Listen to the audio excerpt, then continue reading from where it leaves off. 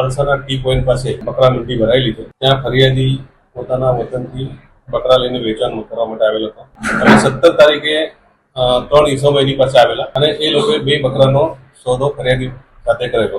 એક બકરાના 25,000 લેખે 50,000નો સોદો આરોપીઓએ એની સાથે કરેલો. બીજા દિવસે ફરિયાદીએ ચેક કરતા આ જે 100 નોટો આપેલી એમાંથી 3 નોટોથી ઉપર અને નીચે એ સાચી હતી, બાકી નીચેની નોટ એક સરખા નંબર વાળી જણાઈ આવતા ફરિયાદીએ સચિન પોલીસ સ્ટેશનનો સંપર્ક કરેલો.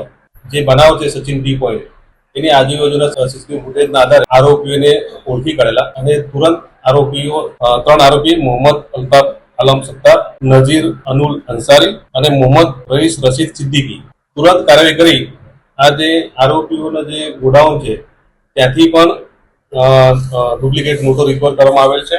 500ના દરની 20 નોટો અને તથા તેના ઘરમાં 500 દરની 250 નોટો રિકવર કરવામાં આવેલ છે. એમ આરોપી પાસેથી કુલ્લે 332 ડુપ્લિકેટ ભારતીય ચલણ 500ના દરના રિકવર કરવામાં આવેલ છે.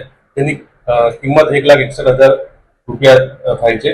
જે આરોપીઓ છે એ લોકોના રિમાન્ડ લઈ આ જે નોટો એ લોકો કેવી રીતે બનાવેલી છે, ક્યાંથી મેળવેલ છે તે બાબતે તપાસ તજવીજ હાથ ધરવામાં આવેલ છે.